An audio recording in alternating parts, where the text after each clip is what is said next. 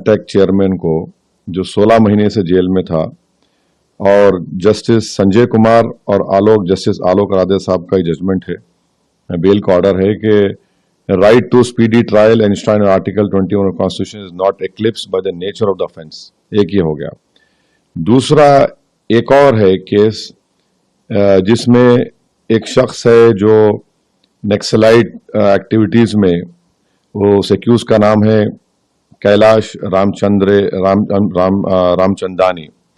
तो इनके ऊपर इल्जाम है कि इनकी वजह से 15 पुलिस के अहदेदारों की मौत हुई आईईडी ब्लास्ट में। ये बेल ऑर्डर दिया गया है सुप्रीम कोर्ट के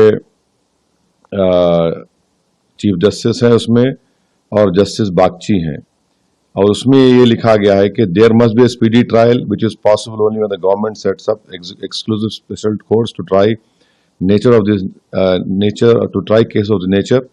Since there are many cases pending with trial judge and prosecution has cited many witnesses, the trial is not going to conclude in the near future. Chief justice of India ने जिस आदमी पर इल्जाम है IED blast के जरिए 15 police के लोगों की मौत हुई, उनको बेल दिया, और दूसरा जस्टिस संजय कुमार साहब और जस्टिस आलोक राधे साहब ने एक एमटेक चेयरमैन को पीएमएलए केस में, देखिए पीएमएलए में ट्विन टेस्ट होता है, तो इन दो केसेस में बेल दे दिया गया। अब ये समझ मेरे को थोड़ा सरप्राइजिंग और शॉकिंग दिख रहा कि इन दोनों को बेल नहीं मिली। सुप्रीम कोर्ट के ही दो कोर्ट्स ने, एक में एक शख्स पर जेल में है जो पुलिस वालों की मौत का जिम्मेदार है, और एक पीएमएलए का केस है। तो पीएमएलए भी यूएपीए की तरह टफ है, एकदम सख्त है। तो मेरे को सरप्राइजिंग नजर आ रहा है कि इन दोनों की बेल नहीं हुई।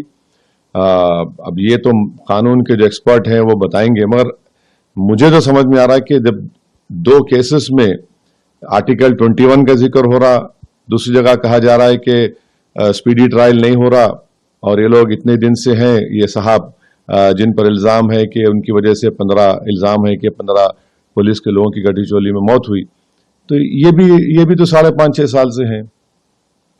तो दूसरी बात यह है कि जो लोगों की बेल हुई हम उसका वेलकम करते, मगर उन पे जो कंडीशंस लगाए गए वो बहुत ही सख्त कंडीशंस हैं।